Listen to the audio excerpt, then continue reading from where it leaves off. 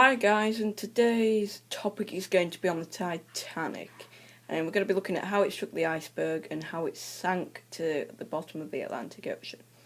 So here we've got it colliding with the iceberg on the starboard side, which is the right side of the ship.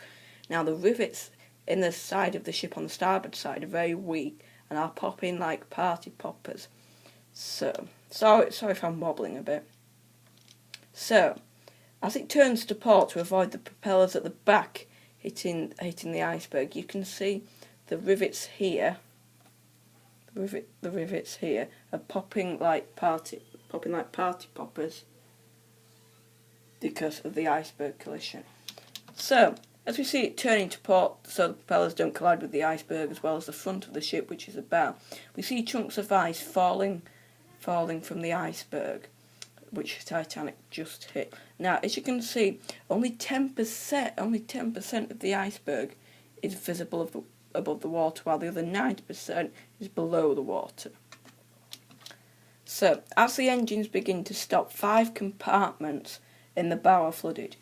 Titanic can stay afloat with 4 compartments flooded, however 5 have been struck open. Now, the bulkheads, which are on E deck, as water rises, it will spill over them, going from one deck to the next, back and back, and there's no stopping it.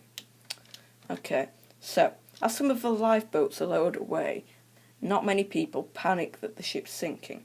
But as the bow goes down, it tilts 9 degrees, and people start to think that they should get into a lifeboat. Now, there's not enough lifeboats for everyone. Only 700 people actually survived. Now, as the bow goes down, the stern will rise up, and the last lifeboats are going. So as the stern goes down, the lights are still on and lifeboats are still being lowered away. Now, for most third-class passengers, it's the last chance to get off. Now, as you can see, the bow is completely underwater, and the crow's nest, which the lookout saw the iceberg, is there.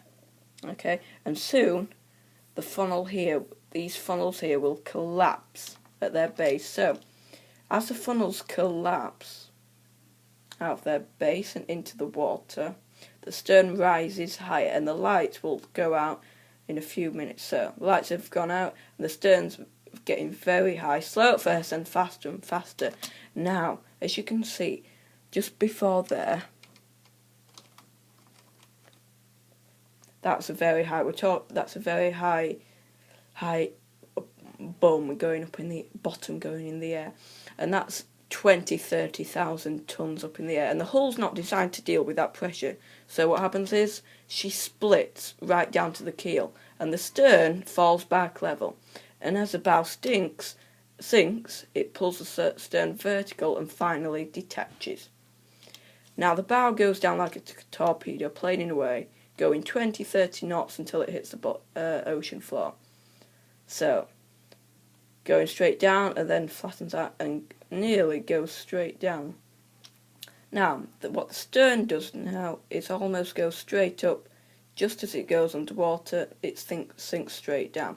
Now it implodes and funnels ripping back, boilers tearing out of the ship, and as it plummets down, cabins have been wrecked and been destroyed by the ocean.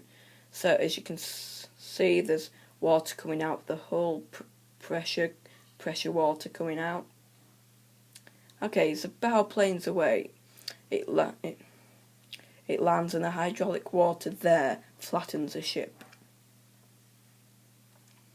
Now, and as the bow sinks, there we go. Not the bow, stern. The water comes and flattens it out. And that's really it. That's how the Titanic sank.